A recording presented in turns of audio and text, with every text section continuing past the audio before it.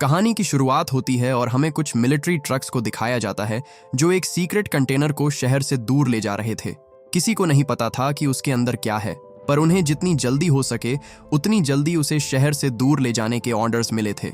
इसमें क्या हो सकता है, इस बारे में दो सोल्जर्स आपस में बात कर ही रहे थे कि तभी सामने से आती एक कार उनसे टकरा जाती है, जिससे होने वाले धमाके से वो कंटेनर उछलकर दूर गिर जाता है और वो ओपन हो गया।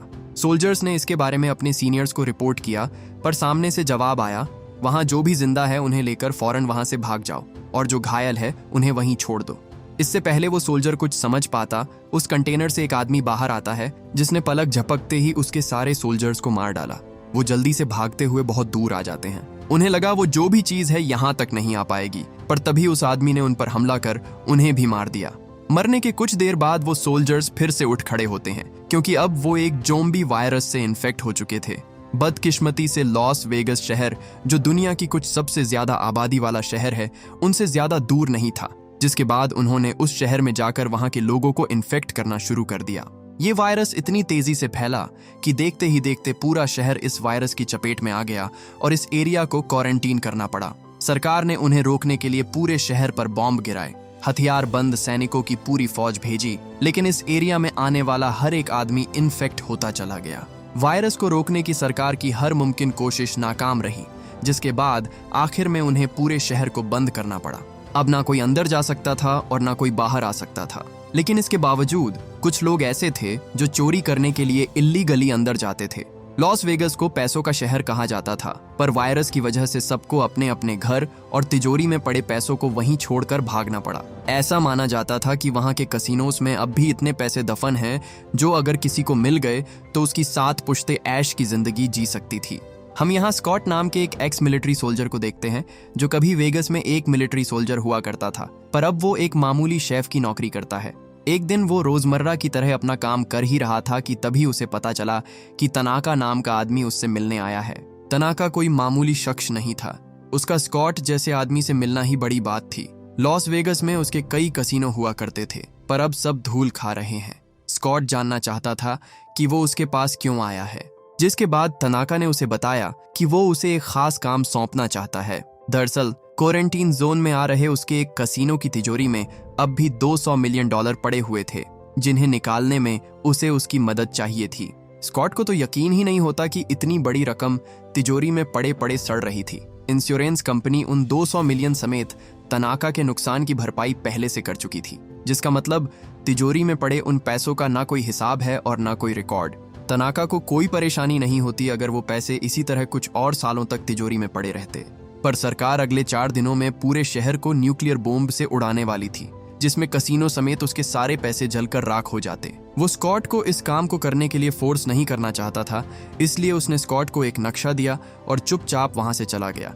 अब फैसला उसके हाथ में था कि वो ये काम करेगा या नहीं। इसके बाद हमें क्वारंटीन कैंप को दिखाया जाता है, जहां वेगस से रेस्क्यू किए गए लोगों को रखा जाता था। यहाँ हम स्कॉट की बेटी केट को देखते हैं, जो लोगों की मदद करने का काम किया करती थी।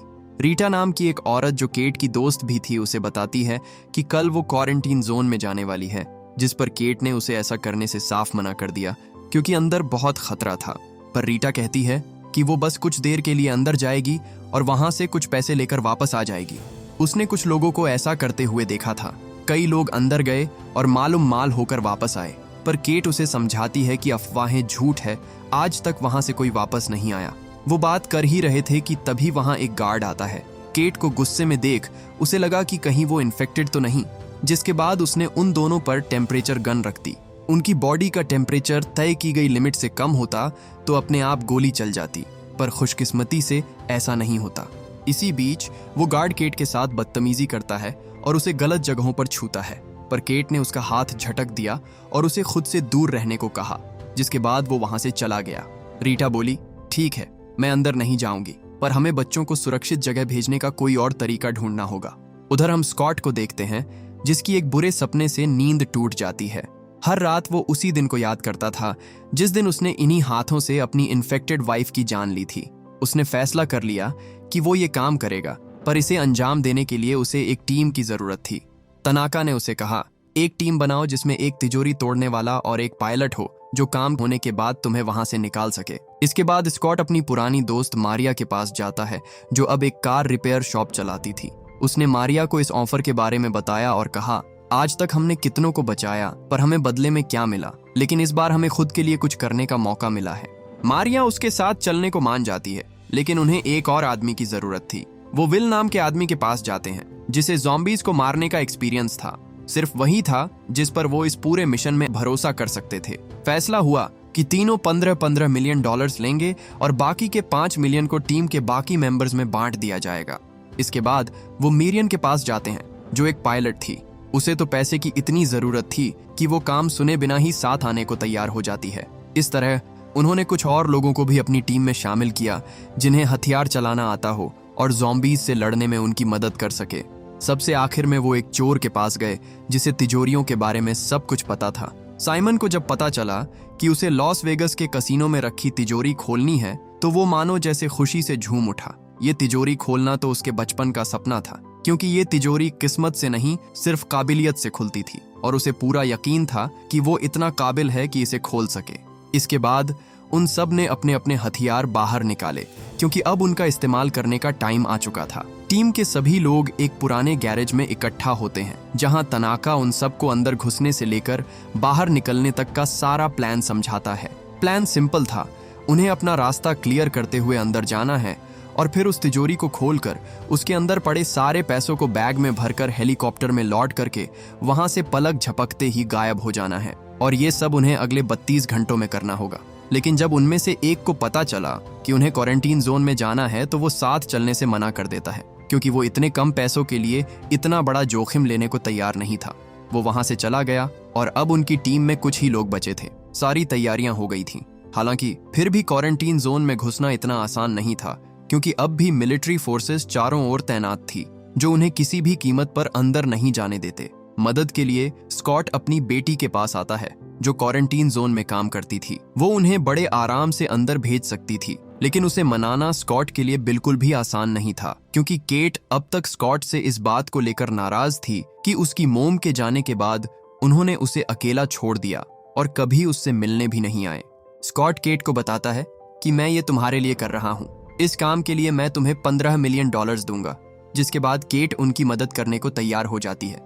उसी रात हम उसकी दोस्त रीटा को देखते हैं, जो केट के मना करने के बावजूद लिली के पास जाती है और उससे रिक्वेस्ट करती है कि उन तीनों को अंदर भेज दे।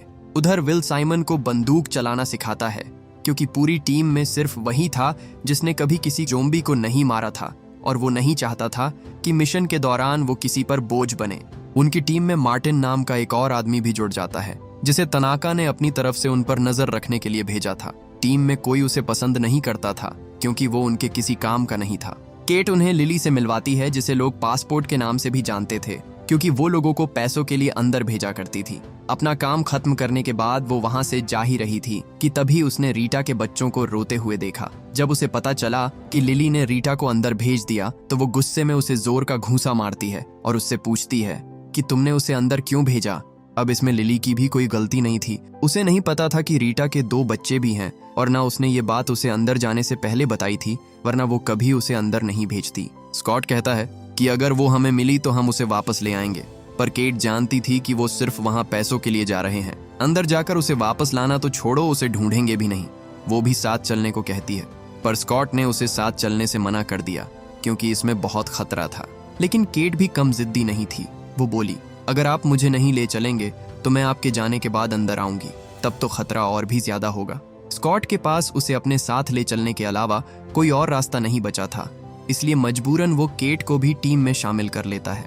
इसी बीच लिली ने उस बदतमीज गार्ड को उनकी ओर आते देखा और स्कॉट से कहा, उसने हमें देख लिया है, इसे भी अपने साथ ले चलना होगा, वरना ये बाहर जाकर सबको खबर कर देगा और हमारा पूरा प्लान चौपट हो जाएगा।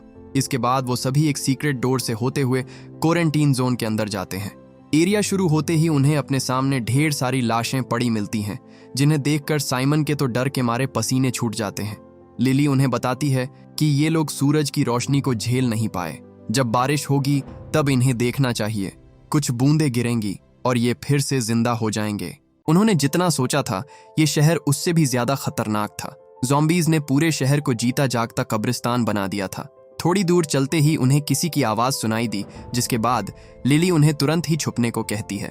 उनके सामने एक ज़ॉम्बी टाइगर आता है जो इस रास्ते को गार्ड करता था, पर वायरस की वजह से उसके स्मेल करने की सेंस जा चुकी थी, इसीलिए वो उनकी मौजूदगी को भांप नहीं पाता और चुपचाप वहां से चला जाता है। इसके बाद लिली नेथन के पास आई और उससे उसकी गन मांगी, पर नेथन जैसे ही उसे अपनी गन देता है, लिली उसके पैर में गोली मार देती है।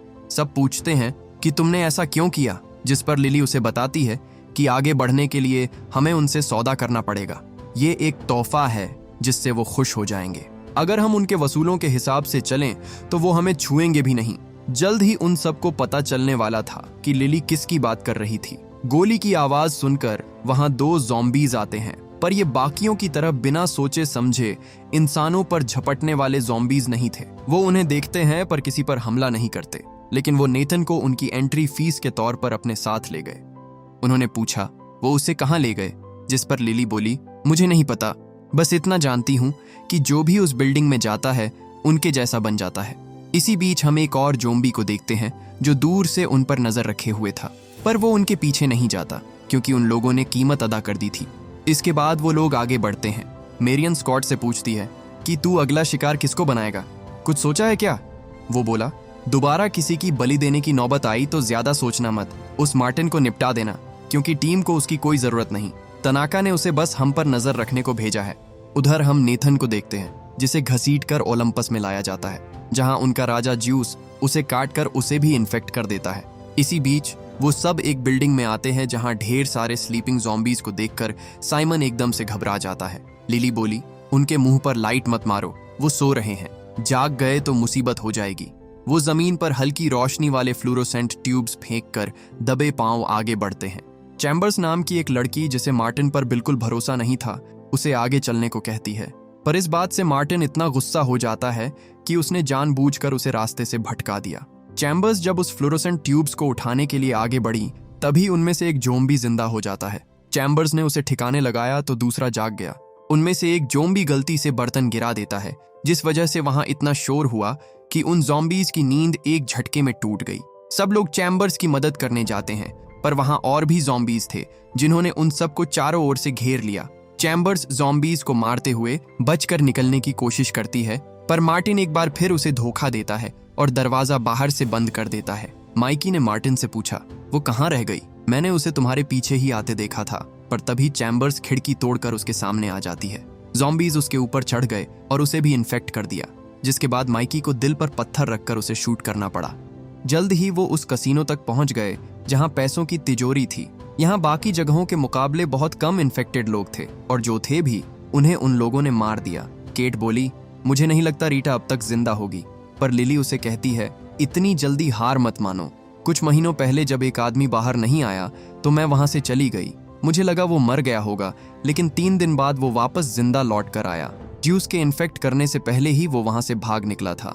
वहां उन्हें ढेर सारे ब्लूप्रिंट और नक्शे पड़े मिले, जिसका मतलब सिर्फ वो ही नहीं है जिन्हें तनाका ने यहाँ पैसे निकालने के लिए भेजा था। उनसे पहले भी यहाँ कुछ लोगों की टीम आई होगी, पर कोई भी जिंदा वापस नहीं लौटा।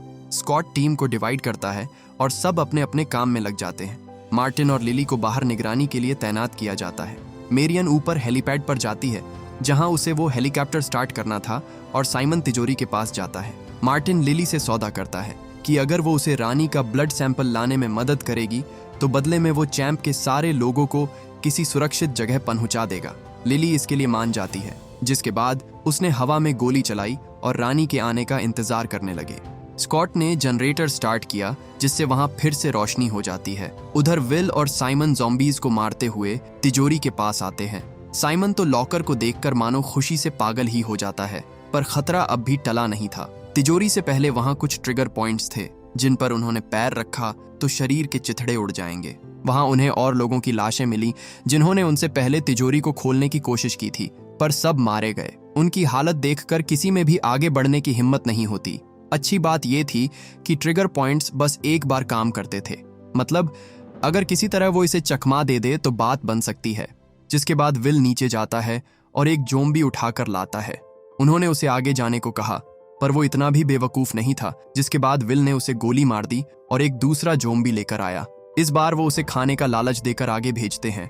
और उसने जैसे ही ट्रिगर पॉइंट्स पर पैर रखा उस पर गोलियों की बारिश हो जाती है। एक एक कर उसने सारे सेफ्टी पॉइंट्स क्लियर कर दिए और अब खतरा ना के बराबर था। उधर मार्टिन देखता है कि रानी उसके जाल में फंस चुकी है। वो उन दोनों के सामने आती है, पर जब उसने देखा कि इन लोगों ने उसके लिए कुछ नहीं रखा है तो वो उन पर गुस्सा हो जाती है। मार्टिन ने रानी को पकड़ लिया, पर वो दूसरा ज़ोंबी उस पर हमला कर देता है। वो उसे इन्फेक्ट करने ही वाला था कि तभी लिली उसे मार डालती है। इसके बाद मार्टिन रानी के पास आता है और एक तार से उसकी गर्दन काटने लगता है। लिली बोली, ये क्या कर रहे हो तुम्हें तो बस ब्लड सैंपल चाहिए था ना। पर मार्टिन सिर्फ अपने बॉस को खुश करने के लिए किसी भी हद तक जा सकता था। इसी बीच हम रीटा को देखते हैं जो ज्यूस के कब्जे में थी। वो उसे इन्फेक्ट करने ही वाला था कि तभी उसने रानी की चीखें सुनी, जिसके बाद वो उसे ढूंढने चला गया। स्कॉट न्यूज में देखता है कि सरकार ने लोगों के दबाव में आकर इस शहर को तय किए गए समय से 24 घंटे पहले न्यूक्लियर बॉम्ब से उड़ाने का फैसला कर लिया था। इसका मतलब था कि अब उनके पास चोरी करके फरार होने के लिए सिर्फ कुछ ही घंटे बचे हुए हैं। उधर मेरियन जिस हेलीकॉप्टर को स्टार्ट करने की कोशिश कर रही थी वो पुराना होने की वजह से आग पकड़ लेता है। उसने किसी तरह आग तो बुझा दी, पर अब वो स्टार्ट होगा या नहीं ये सिर्फ ऊपर वाले के हाथ में था। स्कॉट जल्दी से ऊपर आता है और पूछता है तिजोरी खोलने में और कितना टाइम लगेगा, पर साइमन जो बस उसे खोलने ही वाला था उसकी वजह से डिस्ट्रैक्ट हो जाता है। वो स्कॉट पर चिल्लाते हुए बोला, मेरी बात ध्यान से सुनो, ये लॉकर दुनिया की सबसे हाईटेक लॉकर्स में से एक है। अगर तुमने एक और बार मेरा ध्यान भटकाया तो ये तिजोरी कभी नहीं खुलेगी, समझे? उसे इतना सीरियस देखकर एक बार के लिए स्कॉट भी पीछे हट जाता है और उसे उसका काम करने देता है। उन्होंने उसे नहीं बताया कि बॉम्ब फटने में कुछ ही घंटे बचे हुए हैं, वरना वो डर जाता। उधर ज्यूस जब रानी के पास पहुंचा तो वहां उसे उसकी सर कटी लाश पड़ी हुई मिली, जिसे देखकर ज्यूस को बहुत गुस्सा आता है। वो उसे अपने सारे ओलंपस में ले आया और जब उसने रानी का पेट चीर कर बच्चे को बाहर निकाला तो पाया कि उसका बच्चा मर चुका था। ये देखकर उसकी आंखों में खून उतर आता है, जिसके बाद उसने अपनी आर्मी को तैयार किया और जंग का ऐलान कर दिया। खतरे से अनजान स्कॉट और उसकी टीम अब भी उन पैसों को लेकर भागने की फिराक में थे। वहां उन्हें कुछ पैसे मिलते हैं जिसे उन्होंने आपस में बांट लिया। स्कॉट ने इतने सारे पैसे कभी नहीं देखे थे, पर जो चीज उस तिजोरी के अंदर थी उसके आगे तो ये रकम कुछ भी नहीं थी। इसी बीच साइमन जो काफी देर से उसे खोलने में जुटा हुआ था, आखिरकार उस लॉक को तोड़ने में कामयाब हो जाता है। जब उन्होंने तिजोरी का दरवाजा खोला तो अंदर पड़े पैसे देखकर उनकी आंखें फटी की फटी रह गईं। वो जल्दी से सारे पैसों को बैग में भरकर उसे हेलीकॉप्टर में लोड करने लगते हैं। देखते ही देखते उन्होंने सारी तिजोरी खाली कर दी। पर इसी बीच स्कॉट देखता है कि केट वहां नहीं थी। उसने उसे ढूंढने की बहुत कोशिश की, पर वो उसे कहीं नहीं मिलती, क्योंकि केट अकेले रीटा को ढूंढने चली गई थी। उधर हम ज्यूस को देखते हैं जिसकी पूरी आर्मी उस कसीनो की ओर बढ़ रही थी। जल्द ही बिल्डिंग खाली हो गई, जिसके बाद केट अंदर जाती है। हालांकि खतरा अभी टला नहीं था। हम इन्फेक्टेड नेथन को देखते हैं जो अब भी उस बिल्डिंग में मौजूद था। स्कॉट अपनी बेटी को ढूंढने जाने ही वाला था कि तभी लिफ्ट का दरवाजा खुला और ज्यूस की आर्मी ने मारिया की गर्दन तोड़कर उसे मार डाला। सब इतनी जल्दी हुआ कि स्कॉट को संभलने का मौका ही नहीं मिला। साइमन ने देखा कि उनकी पूरी आर्मी उन्हें मारने के लिए आ रही है, जिसके बाद वो विल के साथ लॉकर के पास चला जाता है, क्योंकि छुपने के लिए वो सबसे सेफ जगह थी। लिली वहां से भाग ही रही थी कि तभी मार्टिन ऊपर से दरवाजा बंद कर देता है, क्योंकि उसे जो चाहिए वो मिल चुका था। वो बोला, तनाका को पैसों से कोई मतलब नहीं, इस बैग में जो है वो चीज उन पैसों से कहीं ज्यादा कीमती है। ज्यूस अंदर आता है, पर तब तक सब वहां से जा चुके थे। विल उस पर गोली चलाता है, पर उसने एक लोहे का हेलमेट पहन रखा था, जिस वजह से उसे गोली नहीं लगती। विल उससे फाइट करता है, पर ज्यूस उससे कहीं ज्यादा ताकतवर था। उसने विल को बहुत मारा और उसे काट कर इन्फेक्ट करने ही वाला था कि तभी साइमन बीच में कूद पड़ा और उसकी जान बचा ली। उसने अपनी जान की परवाह के बगैर विल को अंदर धकेल दिया और खुद दरवाजा बंद करने के लिए बाहर ही रुका रहा, जिस वजह से वो भी मारा जाता है। उधर मार्टिन सबको धोखा देकर भागने की कोशिश कर रहा था, पर तभी उसे बैग में कुछ अजीब सा महसूस हुआ। उसने जब बैग खोला तो पाया कि उसके अंदर रानी का सर नहीं था, क्योंकि लिली ने पैसे बटोरते वक्त बड़ी चालाकी से बैगों की अदला बदली कर दी थी। वो कुछ समझ पाता उससे पहले ही वहां व्हाइट टाइगर आ जाता है, जिसने मार्टिन पर हमला कर दिया। उसने मार्टिन को अपने नुकीले जबड़ों से दबोच लिया और उसे बुरी तरह नोच डाला। आखिर में वो उसके सर को कच्चा चबाकर उसे मार डालता है। स्कॉट बचे हुए लोगों के साथ ऊपर जाने की कोशिश करता है, पर नीचे उनकी पूरी सेना थी, जिनसे लड़ते लड़ते स्कॉट की सारी गोलियां खत्म हो गईं। ज़ोंबी बेचारे माइकी को भी काट लेते हैं, जिसके बाद उसने अपनी जैकेट में सभी ग्रेनेड की पिन खींचकर वहां एक बहुत बड़ा धमाका कर दिया। स्कॉट लिली के साथ ऊपर आता है, पर उसने देखा कि मेरियन अभी तक हेलीकॉप्टर स्टार्ट नहीं कर पाई थी। वो उसे जल्दी करने को कहते हैं, पर तभी वहां ज्यूस आ गया। वो उन पर हमला करने ही वाला था कि तभी लिली अपने बैग से रानी का सर निकालती है और उस पर बंदूक तान देती है। वो बोली, आगे बढ़े तो इसका भेजा उड़ा दूंगी, जिसके बाद ज्यूस को उसकी बात माननी पड़ी। खुशकिस्मती से उनका हेलीकॉप्टर स्टार्ट हो गया और उन्हें अपनी आंखों के सामने से जाता देख ज्यूस गुस्से से पागल हो जाता है। जैसे ही लिली का उस पर से ध्यान भटका, उसने एक सरिया उसकी बॉडी के आर पार कर दिया, जिसके बाद लिली भी रानी का सर नीचे फेंक कर उसे मार डालती है। इसके बाद ज्यूस अपनी आर्मी के साथ उस हेलीकॉप्टर का पीछा करता है। स्कॉट ने कहा, तुम यहीं रुको, मैं उसे लेकर आता हूँ। उधर हम केट को देखते हैं जो रीटा को ढूंढ लेती है, पर वो जैसे ही आगे बढ़ने वाली थी, नेथन ने उस पर हमला कर दिया। उससे पीछा छूटा तो वो अपने सामने ज्यूस को खड़ा पाती है, जिसकी पूरी आर्मी एक साथ उस पर टूट पड़ी। जल्द ही उसकी गोलियां खत्म हो जाती हैं, पर तभी एंड मौके पर वहां स्कॉट आ गया और उसने ज्यूस को बजूका से उड़ा दिया। वो तीनों भागकर ऊपर आते हैं, पर वहां उन्हें रेस्क्यू करने के लिए कोई हेलीकॉप्टर नहीं था। स्कॉट को लगा कि मेरियन ने उसे धोखा दिया, पर तभी केट को हेलीकॉप्टर की आवाज सुनाई देती है। उसने भागने की कोशिश की थी, पर एंड मौके पर उसका जमीर जाग गया। वो सब जल्दी से हेलीकॉप्टर में बैठते हैं, पर तभी वहां ज्यूस भी आ जाता है। मेरियन ने जल्दी से हेलीकॉप्टर को दूर ले जाने की कोशिश की, पर ज्यूस एक लंबी छलांग लगाकर सीधा हेलीकॉप्टर में कूद जाता है, जिससे उनका बैलेंस बिगड़ गया। वो क्रैश करने लगते हैं, पर मेरियन ने किसी तरह उसे संभाल लिया। स्कॉट ने ज्यूस को मारने की अपनी पूरी कोशिश की, पर गलती से एक गोली मेरियन को लग जाती है, जिससे वो बुरी तरह घायल हो गई। वो किसी तरह उन्हें क्वारंटीन जोन के बाहर ले आती है, पर तभी उसने एक न्यूक्लियर मिसाइल को देखा जो शहर की ओर बढ़ रही थी। इसी बीच ज्यूस ने स्कॉट को भी इन्फेक्ट कर दिया, पर वो उसे मार पाता उससे पहले ही एक बड़ा न्यूक्लियर एक्सप्लोजन होता है, जिससे निकलने वाली रोशनी से ज्यूस की आंखें धुंधली हो गईं, और बस इसी का फायदा उठाकर स्कॉट उसे गोली मार देता है। जल्द ही धमाके की शॉक वेव्स उनके हेलीकॉप्टर से टकराती है, जिससे उनका हेलीकॉप्टर बुरी तरह क्रैश हो गया। कुछ देर बाद जब केट को होश आया तो उसने देखा कि मेरियन और रीटा दोनों ही इस क्रैश को सरवाइव नहीं कर पाई थीं। स्कॉट की सांसें अभी तक चल रही थीं, पर अफसोस अब इन सब का कोई फायदा नहीं था, क्योंकि वो इन्फेक्ट हो चुका था। जल्द ही उस पर भी वायरस का असर होने लगता है, जिसके बाद केट को दिल पर पत्थर रखकर अपने डैड को मारना पड़ा। न्यूक्लियर बॉम्ब से पूरा शहर तहस नहस हो गया था, पर हम उस मलबे में से विल को सही सलामत बाहर निकलते हुए देखते हैं, क्योंकि वो तिजोरी इतनी स्ट्रॉन्ग थी कि उसने न्यूक्लियर एक्सप्लोजन तक को झेल लिया था। इसके बाद पैसों से भरे बड़े बड़े बैग लेकर विल एयरपोर्ट आता है, जहां उसने एयर होस्टेस से एक प्राइवेट प्लेन मांगा। उसकी हालत देखकर एयर होस्टेस उसे प्लेन देने से मना कर देती है, पर जैसे ही विल ने उसके सामने नोटों की गड्डियां रखी, उसे तुरंत ही वो प्लेन इस्तेमाल करने को मिल जाता है। विल मैक्सिको जा रहा था, पर जैसे ही प्लेन टेक ऑफ किया, अचानक उसे चक्कर आने लगते हैं। वो जल्दी से बाथरूम में गया और देखा कि उसके हाथ में बाइट का निशान था। इसका मतलब वो भी इन्फेक्ट हो चुका है और जल्दी ही एक ज़ॉम्बी में बदल जाएगा। और इसी के साथ ये मूवी यहीं खत्म हो जाती है।